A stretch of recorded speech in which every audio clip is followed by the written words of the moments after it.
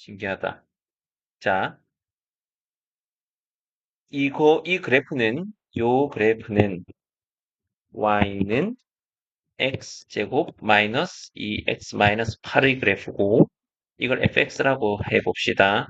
우리가 원하는 건 y는 fx에서 x에만 가우스 기호 씌운 그래프를 원합니다. 그러면 제일 중요한 건 언제 기본 그래프와 같아지느냐를 판단하는 게 중요합니다. 언제 기본 그래프와 같아져? 그죠? x가 정수일 때 기본 그래프와 같아져요. x가 정수일 때 이렇게 x가 정수일 때 기본 그래프와 같아집니다. 그 다음에 뭘 생각하냐면 그러면 x가 정수가 아닐 때는 어떻게 되는가를 생각하는 거죠. x가 정수가 아닐 때는 어떻게 되냐면 예를 들어 x에 1.2 정도 넣으면 그때의 함수값은 x에 1 넣었을 때 함수값과 똑같게 되는 거잖아요. 뭘 생각할 수 있냐면 1에서 2 사이는 1의 함수값이 그대로 유지가 되는구나. 이렇게 그대로 유지가 되는구나. 그대로 유지가 되는구나. 그대로 유지가 되는구나. 그대로 이렇게 유지가 되는구나. 라는 걸 알 수 있습니다. 그러면 이런 식으로 그래프 그리면 나중에 만약에 이렇게 문제에서처럼 가우스 기호를 씌워가지고 이게 아까 0보다 작다였으니까 아까처럼 그냥 인수분해 해가지고 바로 해결할 수 있는 거지.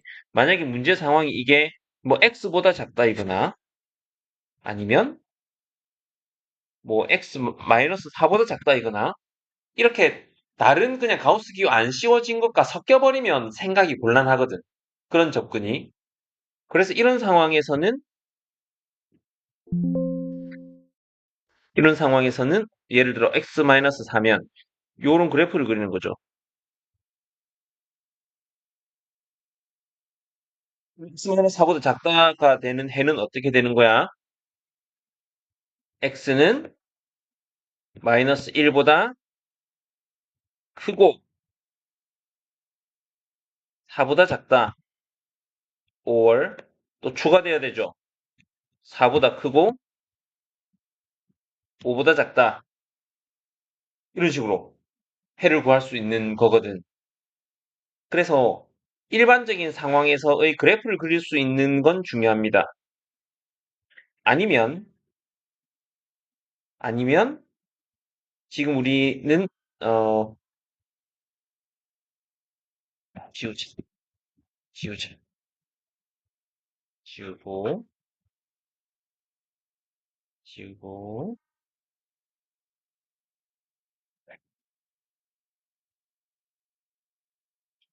다음에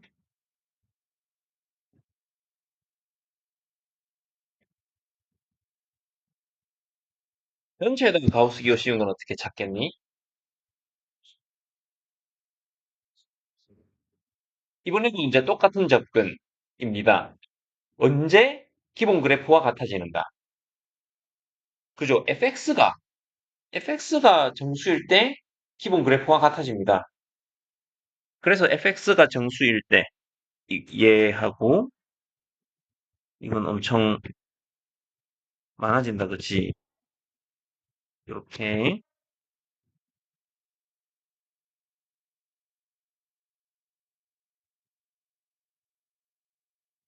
그 다음에 이제 이렇게 생각하는 겁니다. 그러면 fx가 정수가 아니면 어떻게 되는가? fx 값이 정수가 아니면 가우스 기호로 씌워놨으니까 그 바로 밑에 정수 값으로 매칭이 되는 거잖아요. 그래서 얘를 전부 다 밑으로 내리는 거죠. 밑으로 내리는 겁니다. 이거 어디까지? 여기까지 내린, 내린다, 내린다, 내린다. 이런 식으로. 그럴 수 있겠지. 요렇게, 요렇게 내린다, 내린다. 이렇게 계속 되는 거죠. 요렇게 해가지고도 그릴 수 있어야 될 거고. 똑같은 맥락으로, 똑같은 맥락으로, 똑같은 맥락으로, 만약에 y는 fx 그래프가 있는데 x에만 절대값을 씌운다. 이건 그래프가 어떻게 되겠니? 언제 그대로인가? 기본 그래프와 같은가?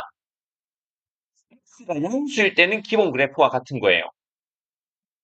그 다음에 그 x가 음수일 때는 어떻게 되지? 를 생각하는 거죠. 그러면 x가 양수일 때, 다시 말하면 이 부분은 같은 거고 x가 음수가 되면 어떻게 돼? 생각해 볼 건 x에 마이너스 x를 넣더라도 함수값이 똑같이 나오잖아요. 그건 무슨 의미냐면 y축 대칭이라는 거죠. y축 대칭. 그래서 요런 그래프가 만들어지겠죠. 그럼 만약에 지우고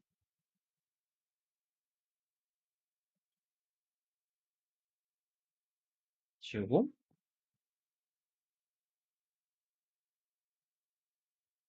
y에다가 이걸 절대값을 씌우면 어떻게 되겠니? 언제 그대로야? y가 양수일 때는 그대로야. y가 0 이상일 때는 그대로야. 그럼 y에다가 마이너스 y 넣어도 동일해진다는 건 x축 대칭이라는 거잖아요. 그래서 이렇게 되는 거죠. 이렇게 데칼코마니 접어가지고. 근데 여기 y에다가 절대값을 씌우는 게 아니고 오른쪽에 여기에다 절대값을 씌울 수도 있잖아. 그러면 어떻게 되는 거예요? fx가 양수일 때는 그대로잖아. fx가 양수일 때는 그대로입니다. 이건 똑같습니다.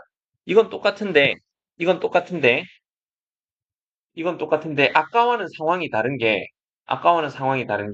만약에 fx가 음수일 때는 어떻게 하냐면, 그걸 음수 보호를 떼고 양수를 y에 매칭시키는 거잖아. 그죠?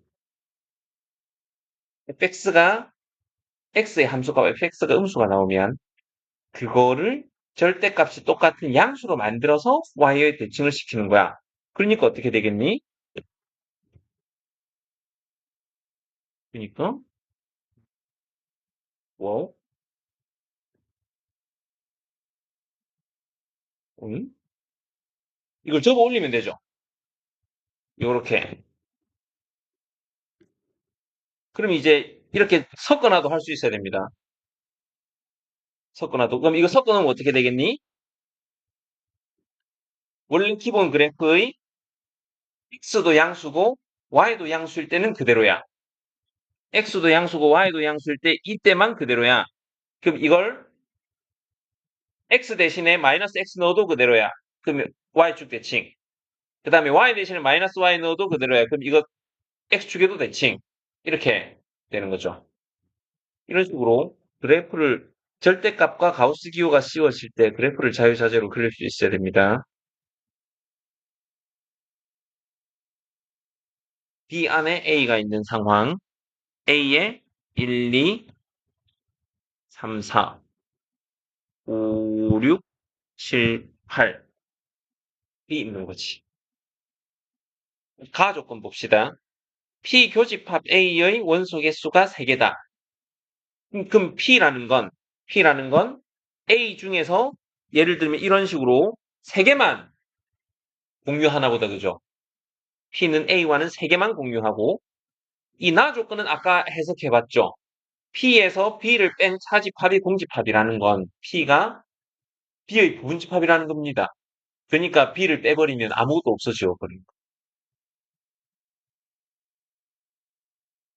그 다음에 그럼 P는 뭐 예를 들면 요렇게 가져가든 뭐 요렇게 3을 빼고 뭐 이렇게 가져가든 뭐 이런 형태의 집합인데 시각했을 때 장점이 이런 거야. 이게 구체적으로 이렇게 어떻게 될지 가늠해 볼 수 있는 거지. 시각적인 정보로. 그 다음에 집합 B의 모든 원소의 합은 30이랬어. 그럼 내가 금방 했었던 그런 사례 중에서 모든 원소 합이 30이라는 게 어느 정도인지를 판단을 해보려면 그냥 전체의 합을 생각해 보는 게 좋겠죠. 전체 이거 다 합하면 얼마니? 36이죠. 94, 36. 이게 합이 9니까 94, 36입니다. 전체 합이 36이기 때문에 이제 뭘 생각해야 되냐면 여기에서 여기에서 예를 들어서 1이 빠졌어. 그러면 뭘 빼야 돼?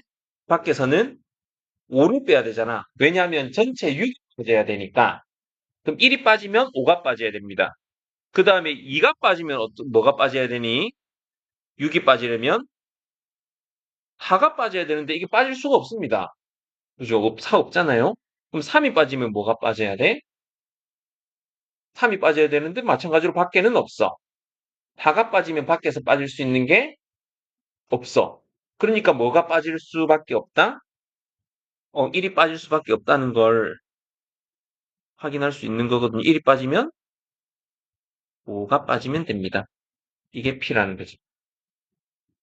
여러분들이 분명히 시각적인 정보까지 포함해서 판단하는 것과 그냥 대수적으로만 판단하는 건 분명히 다를 겁니다. 그래서 항상 시각적인 것도 고려하고 대수적인 것도 고려하고 그런 게 습관이 되어야 됩니다.